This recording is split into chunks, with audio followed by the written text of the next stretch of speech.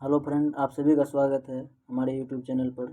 तो दोस्तों, आज हम लोग डीएलएड एंट्रेंस एग्ज़ाम 2022 से रिलेटेड कुछ इम्पोर्टेंट प्रश्न करने जा रहे हैं। तो आज हम लोग सोशल साइंस का कुछ इम्पोर्टेंट प्रश्न करेंगे। तो दोस्तों, चलते हैं आज के पहले प्रश्न की ओर। आज हमारा पहला प्रश्न है, सिंधु सभ्यता निम्नलिखित में से किस काल में पड़ती है? ऑप्शन नंबर ए है आपका ऐतिहासिक काल, ऑप्शन नंबर बी है प्रागैतिहासिक काल, ऑप्शन नंबर सी उत्तर ऐतिहासिक काल, या फिर ऑप्शन नंबर डी आदि ऐतिहासिक काल। तो इस प्रश्न का आपका सही जवाब हो जाएगा आदि ऐतिहासिक काल, ऑप्शन नंबर डी। तो चलिए फ्रेंड, अब हम लोग अगले प्रश्न की ओर बढ़ते हैं।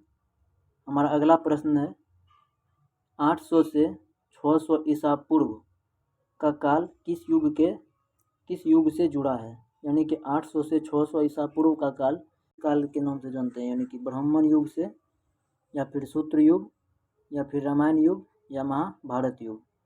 तो इस प्रश्न का आपका सही जवाब हो जाएगा ऑप्शन नंबर ए ब्राह्मण युग। तो चलिए फ्रेंड, अब हम लोग अगले प्रश्न की ओर बढ़ते हैं।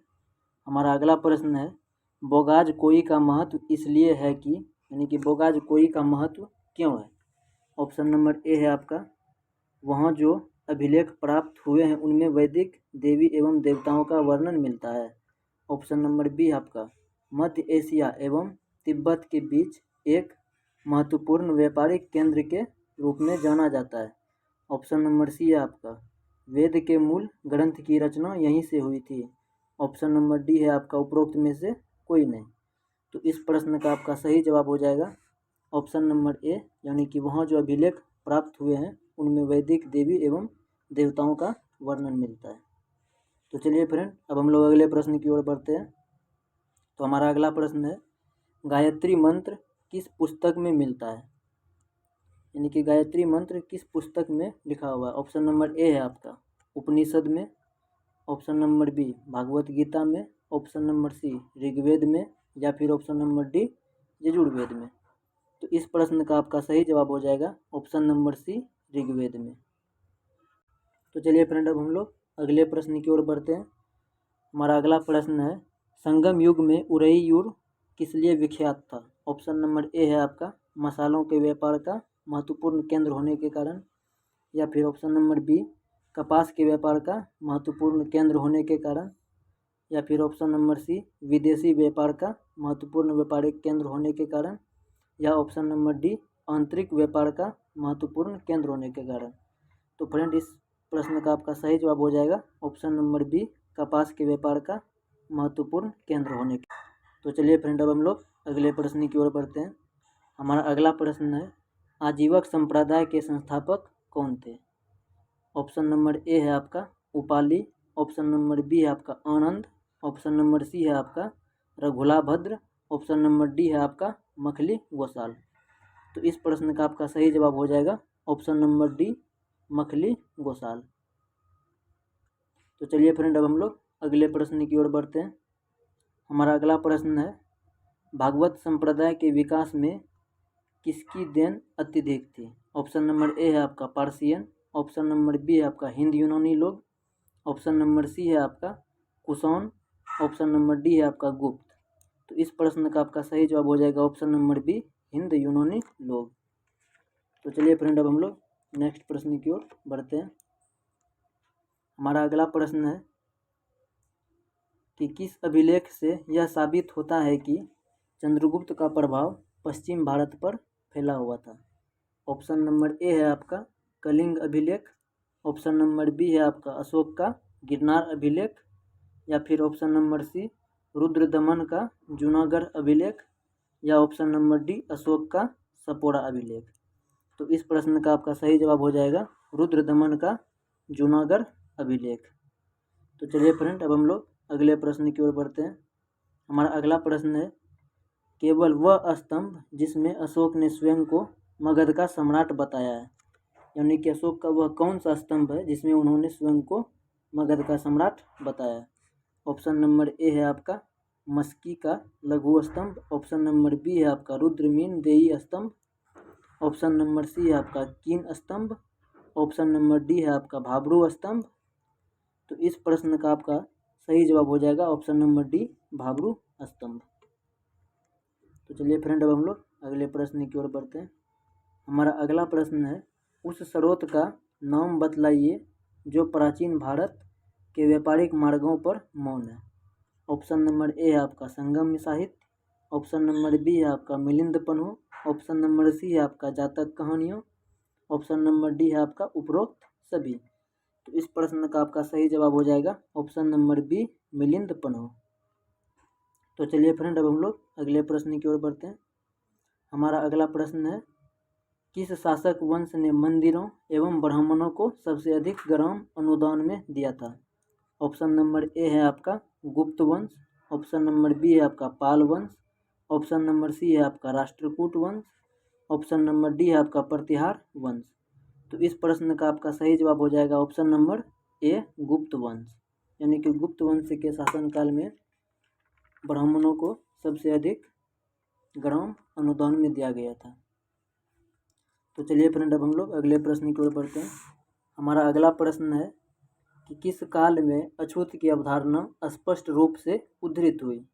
ऑप्शन नंबर ए है आपका ऋग्वैदिक काल, ऑप्शन नंबर बी है आपका उत्तर वैदिक काल, ऑप्शन नंबर सी है आपका उत्तर गुप्त काल, या फिर ऑप्शन नंबर डी धर्मशास्त्र के समय में। तो फ्रेंड, इस प्रश्न का आपका सही जवाब हो जाएगा उत्तर वैदिक काल, ऑप्शन नंबर बी इसका सही जवाब हो जाएगा। तो चलिए फ्रेंड, अब हम लोग अगले प्रश्न की ओर बढ़ते हैं। हमारा अगला प्रश्न है कि भारत में मोहम्मद गोरी ने किसको प्रथम अख्ता प्रदान किया था। ऑप्शन नंबर ए है आपका Tajuddin Yalduz, option number B है आपका Qutbuddin Aibak, option number C है आपका Shamsuddin Iltutmish, option number D है नासिरुद्दीन कुबाचा। तो इस प्रश्न का आपका सही जवाब हो जाएगा option number B, Qutbuddin Aibak. तो चलिए फ्रेंड, अब हम लोग अगले प्रश्न की ओर बढ़ते हैं। हमारा अगला प्रश्न है कि किस सुल्तान के काल में खालिसा भूमि अधिक पैमाने में विकसित हुई। इस प्रश्न का ऑप्शन नंबर ए है आपका Ghiyasuddin Balban, option number B है आपका Alauddin Khilji, option number C आपका Muhammad bin Tughlaq, option number D आपका फिरोज शाह तुगलक। तो इस प्रश्न का आपका सही जवाब हो जाएगा option number B, Alauddin Khilji. तो चलिए फ्रेंड, अब हम लोग अगले प्रश्न की ओर बढ़ते हैं।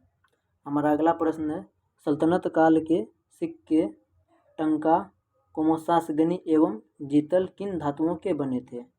आपका ऑप्शन नंबर ए है चांदी तांबा, ऑप्शन नंबर बी सोना चांदी और तांबा, ऑप्शन नंबर सी चांदी जस्ता तांबा, ऑप्शन नंबर डी है आपका सोना जस्ता तांबा। तो इस प्रश्न का आपका सही जवाब हो जाएगा ऑप्शन नंबर ए, चांदी कोमो तांबा।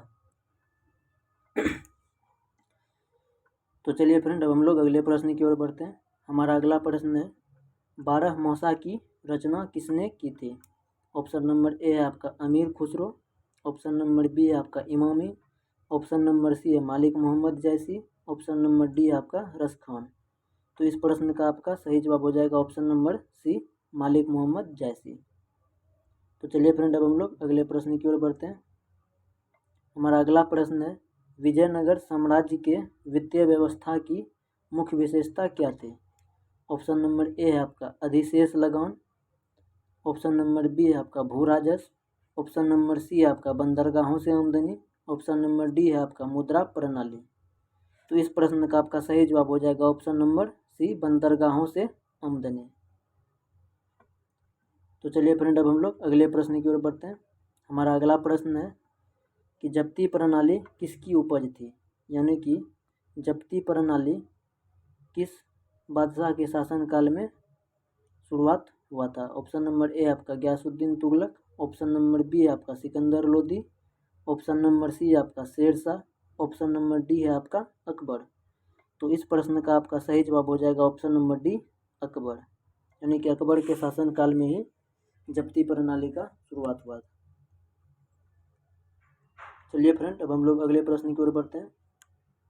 हमारा अगला प्रश्न और आज का आखिरी प्रश्न है, जवाबित का संबंध किससे था।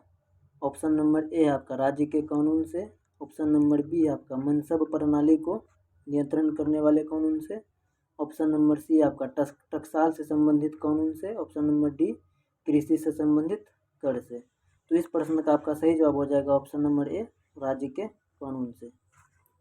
तो दोस्तों इस चैनल पर जो लोग नए जुड़े हैं, मैं आप लोगों को बता दूं कि हम लोग डीएलएड एंट्रेंस एग्ज़ाम 2022 की तैयारी कर रहे हैं। आज ये हमारा तीसरा क्लास है। इससे पहले हम लोग 2 क्लास ले चुके हैं, जिसमें कि हम लोग 2 क्लास साइंस का लिए हैं। 20-20 क्वेश्चन उसमें कराए हुए हैं और ये 20-20 क्वेश्चन बहुत इंपॉर्टेंट, ये 20 क्वेश्चन बहुत ही इंपॉर्टेंट क्वेश्चन है। तो आप लोग उस वीडियो को जा कर के देख लें और हो सके तो इनको लाइक, शेयर और सब्सक्राइब ज़रूर करें। चलिए, धन्यवाद।